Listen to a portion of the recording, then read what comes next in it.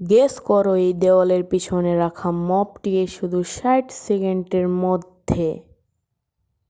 তো তোমাদের প্রথম হিন্ট হলো এই মপটি পিসফুল মপ। একে যদি তুমি মেরেও ফেলো তাও তোমাদেরকে এই মপটি কিছু বলবে না। তো দ্বিতীয় হিন্ট হলো এই মপটিকে আরেকটি মপ একে পপি ফ্লাওয়ার দেয় মাঝে মাঝে।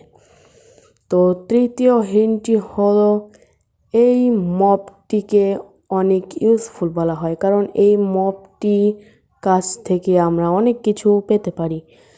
তো লাস্ট হিন্ট হলো এই মপটিকে একটি মপ গার্ড করে, মানে একে যদি তোমরা মারো তাহলে সেই মপটি তো কিছু বলবে না, কিন্তু একে যে গার্ড করে সে তোমাদেরকে মেরে মেরে ভর্তা বানিয়ে ফেলবে। তো কি তোমরা গেস করতে পারলে? তোমাদের অ্যান্সার কমেন্টে বলো। তোমাদের আছে আর মাত্র 7 সেকেন্ড। তো এই সাথে সাথে তোমাদের টাইম ওভার হয়ে গেল। তো চলো এখন তোমাদেরকে আমি এই যে দেওয়ালের পিছনে যে মপটা আছে এটা রিভিল করি। তো আমাদের মপটি হলো ভিলেজার।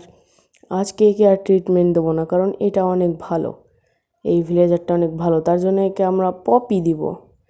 এই নাও পপি, ভালো থেকো ভিলেজার। তোমরাও ভালো থেকো, সুস্থ থেকো, টাটা, বাই বাই।